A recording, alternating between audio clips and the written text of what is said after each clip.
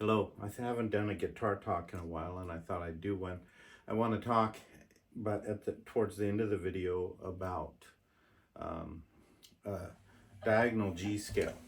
And like all the scales, they can be moved up and down to form different keys. And in the process, I thought I'd introduce my travel guitar and my Spark Mini amp. And there are a lot of reviews out there on both these items, and you can find them anywhere, so I'm not going to go way into it.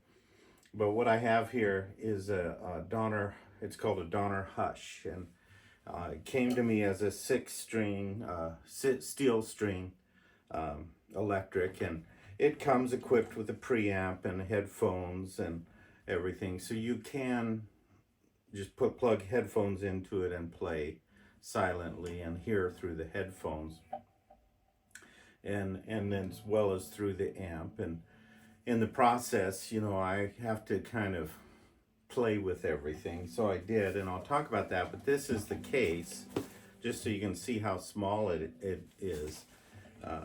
These two sides just come off with an Allen bolt, and they all have storage places in the case, and it's really easy to transport. And then of course the Spark Mini amp is also really easy to transport, and it's a rechargeable system. I think it lasts about 6 hours on a charge, so it's pretty good. What I did with my Donner Hush here was the quest for better sound, I suppose. So I played around with it, and I put a brass nut in it, and it was a brass nut designed for a Strat and a Stratocaster, and I had to widen the notch for this a little bit to get it in there. And then I made a custom, more of a classical style saddle for it, but with a radius out of brass, and so you can see that there. And each step improved the sound of the guitar. And then I just was sitting here one day and got the wild idea of why not try some nylon strings on it, thinking in terms of some of those electric classical guitars that are silent and have to be plugged in. And so I would start playing with that. As you can see, all the tuners are down here, and the tailpiece is in the headstock, so to speak. And so I just got some ball-in classical strings because there was no place to really tie it on. Well, I suppose I could have, come to think of it, but it was easier this way. And these are just a D'Addario brand. So it sounds kind of like this.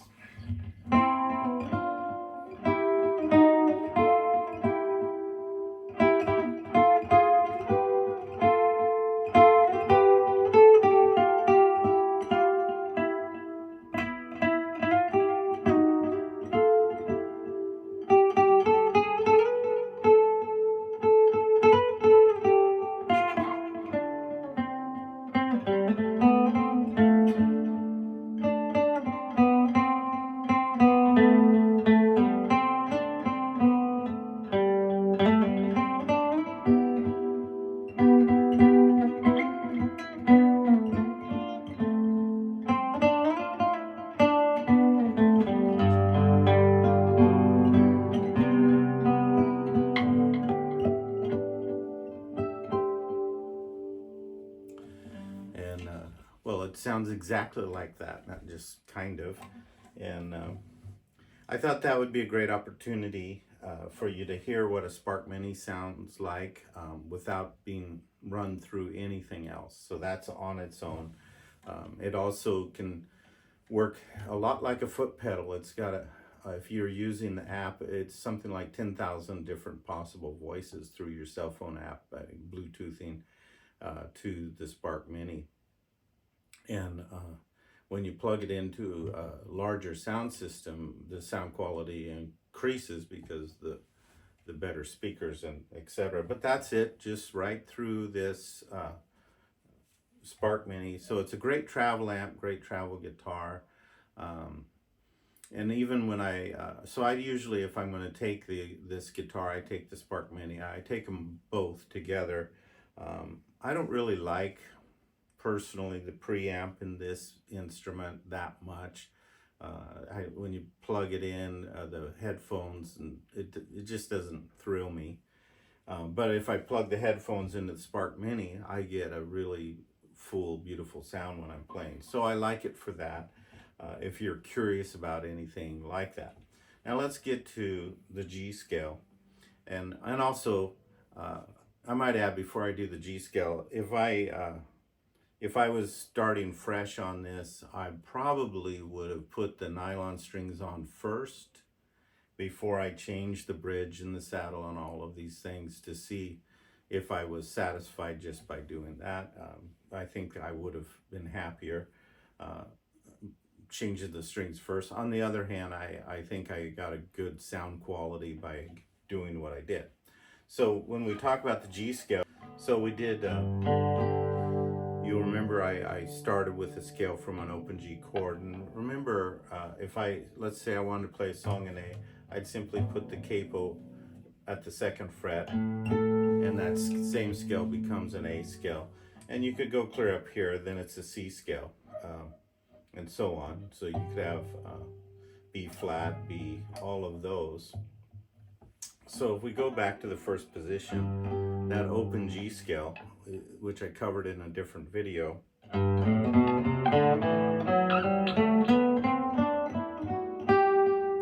then you can expand that by building a scale out of your bar chord G.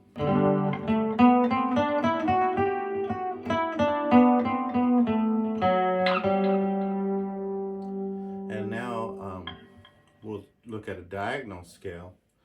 And the diagonal scale, we'd start in the same position, so as the open, and you just simply first finger, 3rd fret.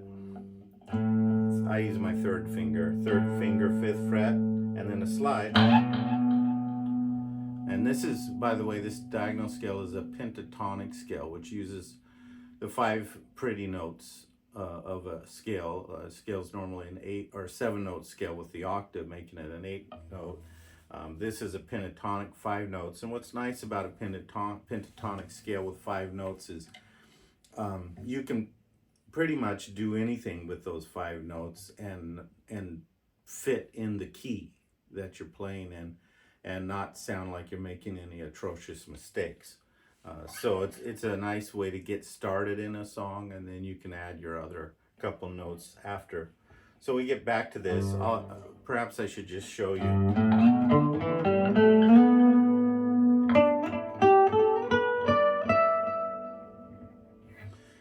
And so that's what we're going to do, the whole thing. But I'm going to talk you through it, and then talk a little bit about how we'll end up on another video. I'll talk more about forming an expanded scale once you get up to that position. So first finger, 3rd fret, 3rd finger, 5th fret, then slide up to the 7th.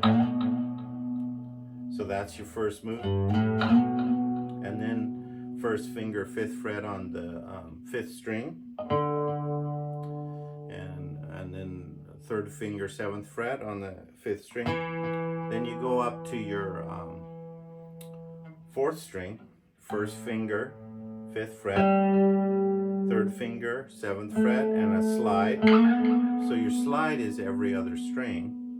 So we look at what we've done so far. And then we, once again, the 1st finger on the 7th fret, 3rd finger, well, I usually switch to my 2nd finger at this point, so I guess we'll do that. 1st finger on the 7th fret, and then I take my 2nd finger onto the 9th fret. You don't have to, you could use your 3rd finger, but it sets me up better for the next scale. And then it changes, because you'll remember when you're tuning, the B string, it tunes a little differently. Like if you're self-tuning the strings, each string starts at the 5th fret, but then here you go to the 4th, so the scale's a little different. So when I do the scale,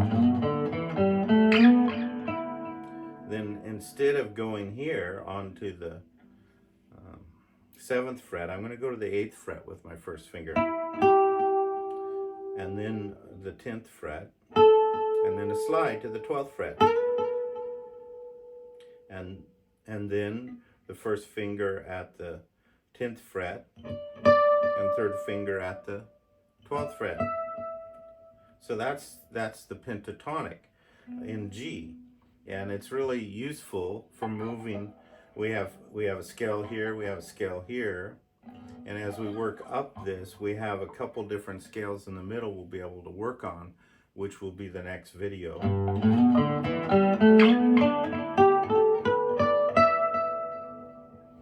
And I'll expand that from pentatonic to regular scale, and also show you how we can play songs in the middle of the diagonal scale, at the end of the diagonal scale, etc. So that if you're working through a song and you know they're repeating choruses and things like that, you play up here a little bit, you play down here a little bit, you play here, you can play here, and it gives flavor to everything you're doing. So once again, let me just cover that sliding scale.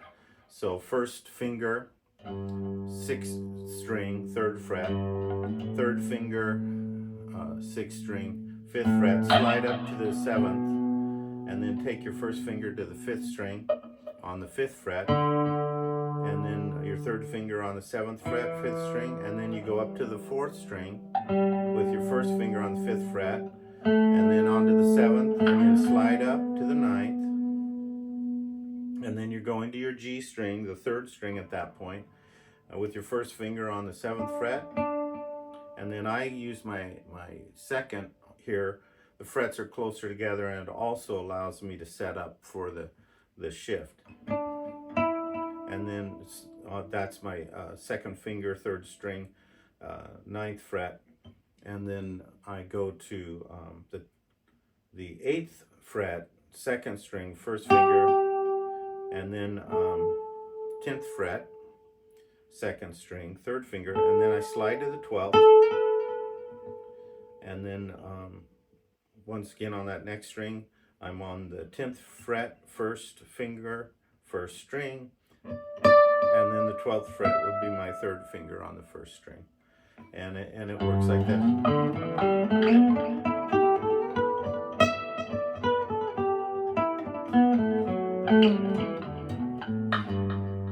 So I would encourage you to practice that backwards and forwards. You saw I did a little flub there. It wasn't a big deal. I didn't play a wrong note. I just didn't slide properly.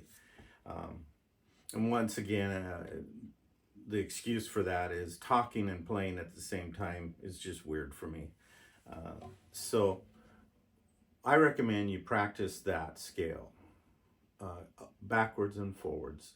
And then when you get really comfortable with that, you can try sliding it. And so in the same way, if we think of, well, I want to play that song in A is what we call one step higher than G, and every fret is a half a step, so we know that's going to be 2 frets. So I just slide up to here on the 5th fret and start the scale. It's the exact same scale, I'm just moving up the neck. And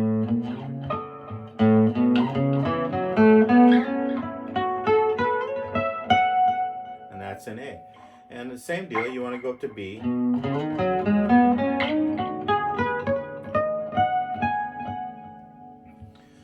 Or if I want to go down to F.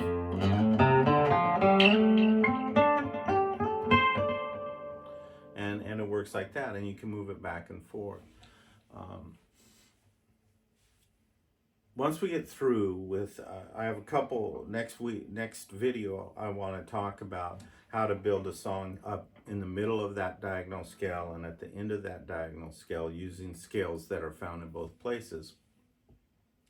And then we'll shift to looking at some C scales. And the difference is the C scale is very similar to the G. It just starts on a different string. And we'll start with the diagonal when we get to that. That's a couple videos away, but that's a C scale. So I just threw that out there. So that's where I'm going with all of this. I encourage you to practice, and I hope you find this helpful. And like I said, the next video will flesh out some of the G scale a little more. And after we accomplish that, we'll be able to look at how do we build the scale in C. The purpose of looking at those two scales is by moving a G or a C scale up and down the neck, you can actually cover every possible key you would need to play in with one or the other. And so then you're ready at that point. You don't have to learn licks or anything. You're ready at that point to walk into a room. If you have this down and someone just says it's in such and such a key, you know where to start, and all of a sudden you're playing along in a lyric or melodic way with the team, and it's a nice feature. And as you do that, eventually you probably won't always need to hear the key. They won't have to tell you what key it's in, because you'll just be able to find it. But initially, that's a pretty cool thing to be able to do, and not everyone can, and it's just a nice thing. I've enjoyed personally that I can walk in cold to a situation, and like at church, they have little slips of paper with the songs and the keys beside them.